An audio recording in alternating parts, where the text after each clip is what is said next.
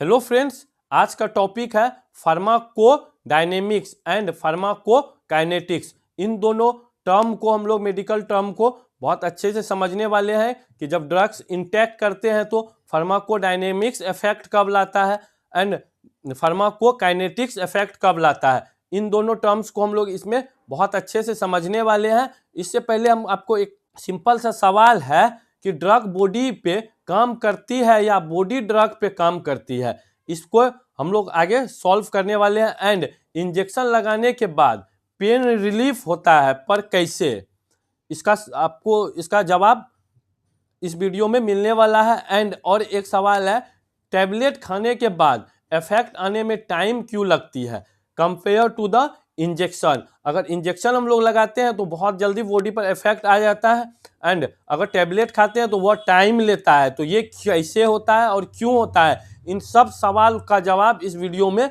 आपको मिलने वाला है। तो चलिए वीडियो को स्टार्ट करते हैं बिना टाइम गंवाए हुए। सबसे पहले आपको ये समझना है कि फार्माकोडायनेमिक क्या होता है। जैसे फार्माकोडायनेमिक्स होता है तो इसमें क्या बोला है, ड्रग बॉडी के साथ क्या करता है, बॉडी के साथ क्या करता है, एंड फार्माकोकाइनेटिक्स बॉडी ड्रग के साथ क्या करता है।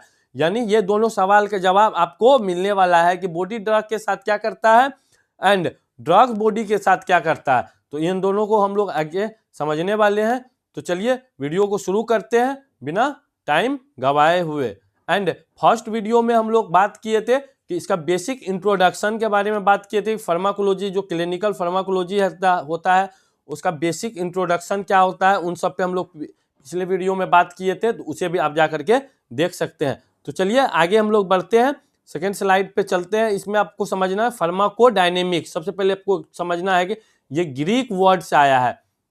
जो ग्रीक वर्ड का है डायनेमिक, डायनेमिक्स का मतलब होता है पावर, यानी डायनेमिक्स का मतलब क्या होता है, पावर। फार्मा को, आपको ये समझ में आ रहा है, फार्मा को क्या, फार्मा से आ गया है, एंड डायनेमिक, डायनेमिक मतलब क्या होता है, पावर। तो what a drug does to the body, यानी फार्माकोडायनेमिक्स में क्या बोल रहा है कि what a drug does to the body, दवाई बॉडी पर क्या करती है। इसका मतलब यह है कि जो दवाई हम लोग देते हैं तो वह बॉडी पर क्या करती है, तो उसको हम लोग को इसमें समझना है। तो वह क्या करती है, तो सबसे पहले अगर बॉडी में इंटरेक्ट करते हैं फार्माको काइनेटिक्स इफेक्ट वहां लाता है, उसके बाद डायनेमिक्स आता है। तो डायनेमिक्स हम लोग काइनेटिक्स आगे पढ़ने वाले, काइनेटिक्स तोड़ के उसको एब्जॉर्ब करता है, डिस्ट्रीब्यूट करता है, मेटाबॉलिज्म करता है, उसके बाद एक्सक्रीट आउट करने में काम करता है कौन, फार्माकाइनेटिक्स, फार्माकोकाइनेटिक्स जिसको बोलते हैं।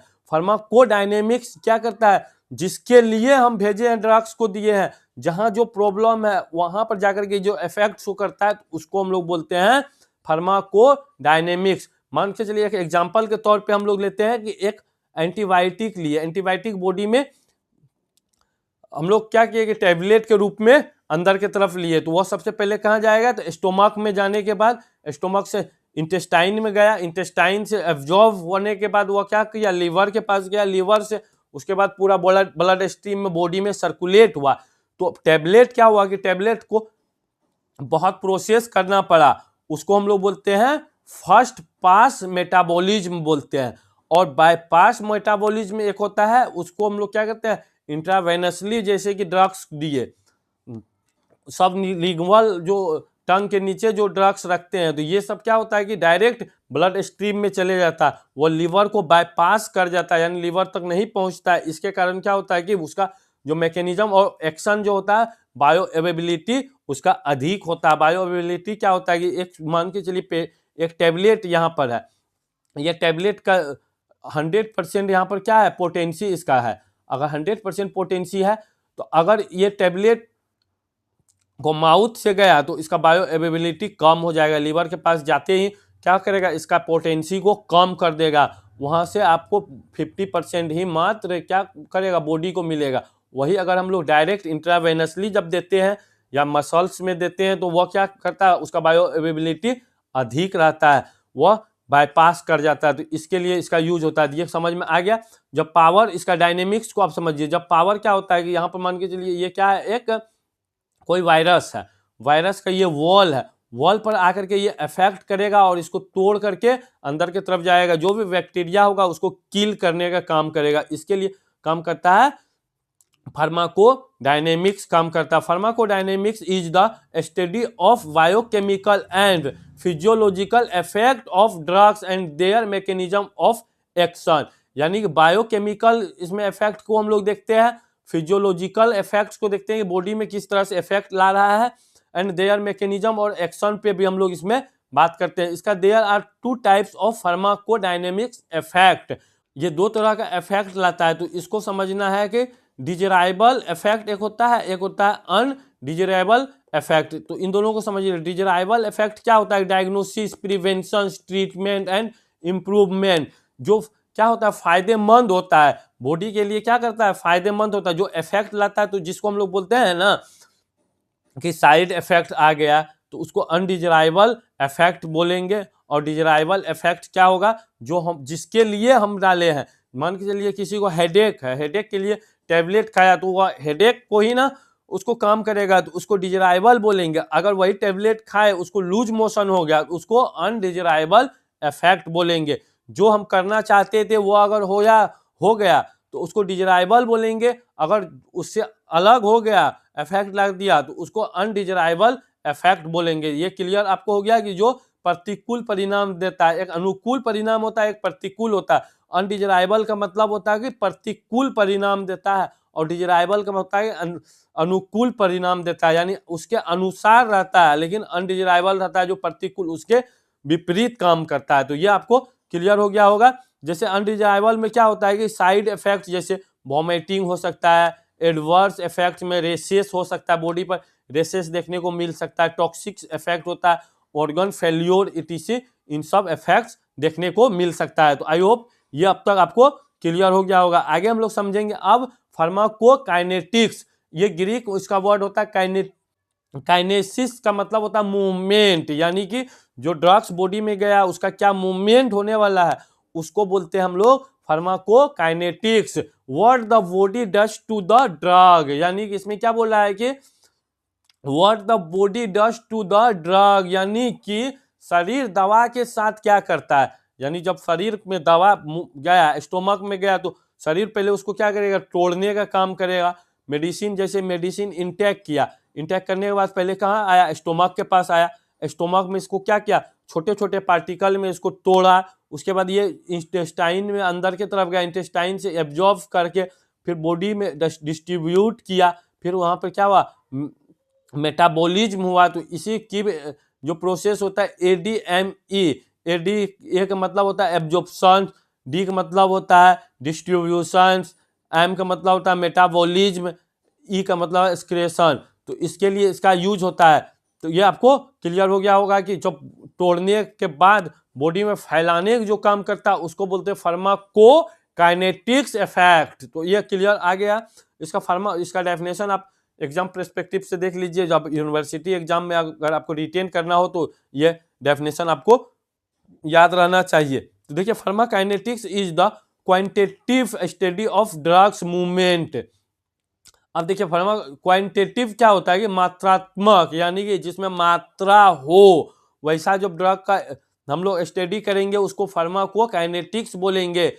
In through and out of the body intensity of effects is released to concentration of the drugs at the site of action, यानी किस तरह से बॉडी पर ये एक्शन करने वाला है, इसका कॉन्सेंट्रेशन का इतना है जो ड्रग्स का यूज कर रहे हैं, which depends on its pharmacokinetics properties. यानी इसका हम लोग हमेशा फार्माकाइनेटिक्स प्रॉपर्टीज देखते हैं, जिसको absorption, distribution, metabolism, excretion, excrete out, फिर बॉडी से कैसे होता है मेडिसिन का जो इफेक्ट है, तो वह होता है इसमें फार्माकोकाइनेटिक्स। तो ये अब तक आपको क्लियर हो गया होगा। आगे हम लोग समझेंगे एब्जॉर्प्शन क्या होता है, डिस्ट्रीब्यूशन क्या होता है, मेटाबॉलिज्म क्या होता है, एक्सक्रेशन क्या होता है। इसको समझ लीजिए कि एब्जॉर्प्शन जो होता है movement of the drugs from the site of administration into the blood stream, यानी कि क्या करते हैं जब एब्जॉर्प्शन होता है, ड्रग्स क्या करता है side administration into the blood stream की तरफ ये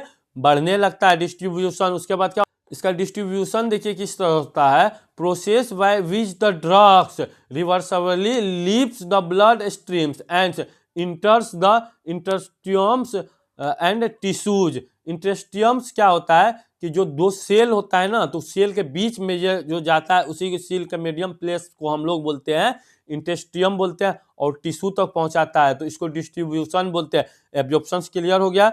जब हम लोग इंटेक करते हैं ये स्टोमक में आने के बाद, ये इंटेस्टाइन है, इंटेस्टाइन से क्या करता है, पोर्टा वेन्स के थ्रू सर्कुलेट करके ये कहाँ तक पहुंचता है, तो लीवर के पास होता है। फिर हैप्टिक वेन से ये क्या करता है, इंफीरियर और सुपीरियर वेने कावा से हार्ट के पास पहुंचाता है, और हार्ट क्या करता है, सबसे बड़ा जो आर्टरी होता है अयोटा के द्वारा पूरा बॉडी में सर्कुलेट करता है। तो ये यहाँ तक ये काम करता है। उसके बाद क्या करता है, मेटाबॉलिज्म होता है, बायो ट्रांसफॉर्मेशन जिसको हम लोग बोलते हैं। तो टिश्यू तक पहुंच गया है तो अब वहाँ टिश्यू के पास ये काम करेगा। The body's break down of the drugs primarily in the liver. Liver भी यहाँ पर पहले तोड़ देता है। जो बायो अवेबिलिटी बोले थे ना कि उसका बायो एवेबिलिटी जो होता है तो इसको कम कर देता है। जब माउथ से डायरेक्ट लेते हैं तो उसका जो भी पोटेंसी होता है उसको कम कर देता है। वही अगर इंट्रावेनसली लेते हैं तो उसका पोटेंसी अधिक रहता है, वह बाईपास कर जाता है। तो उसको भी हम लोग अगले वीडियो में पढ़ने वाले हैं कि फर्स्ट पास क्या होता है, बाईपास क्या होता है, जब रूट ऑफ ड्रग एडमिनिस्ट्रेशन इसके बाद हम लोग पढ़ने वाले हैं। तो उसमें इसको अच्छे से समझ में आएगा कि आपको क्या होता है। उसके बाद क्या करता है, एक्सक्रेशन करता है, बॉडी से बाहर करता है। The removal of the drugs and the metabolites from the body usually via the kidney. जब भी एक्सक्रीट आउट होता है बॉडी से, जो भी वेस्ट प्रोडक्ट होता है वह क्या होता है, यूरिन के थ्रू बाहर होता है। विच एडिशनल होता है एलिमिनेशन, जिसको वह किडनी के थ्रू हम लोग बाहर के थ्रू द स्वीट से बाहर निकलता है। स्लेवा, स्वीट पसीना से होता है, स्लेवा से भी बाहर आता है। एंड ब्रीथ से भी वोलेटाइल जो एजेंट रहता है तो वह ब्रीथ के द्वारा भी बाहर निकलता है। तो आई होप ये अब तक आपको ये क्लियर हो गया होगा। अगर आपको वीडियो पसंद आया होगा तो चैनल को लाइक एंड सब्सक्राइब जरूर कर दीजिएगा, साथ ही बेल आइकन को भी प्रेस कर दीजिएगा, इससे कि जो भी वीडियो हम अपलोड करें वे आपके पास सबसे पहले पहुंच सके। एंड अगर आपको पीडीएफ चाहिए तो हमारे टेलीग्राम से आप जुड़ करके पीडीएफ भी कलेक्ट कर सकते हैं। उसका लिंक आपको डिस्क्रिप्शन में दे देंगे, आप वहां से कलेक्ट कर सकते हैं। तब तक पढ़ते रहें, प्रैक्टिस करते रहें। Thank you for watching.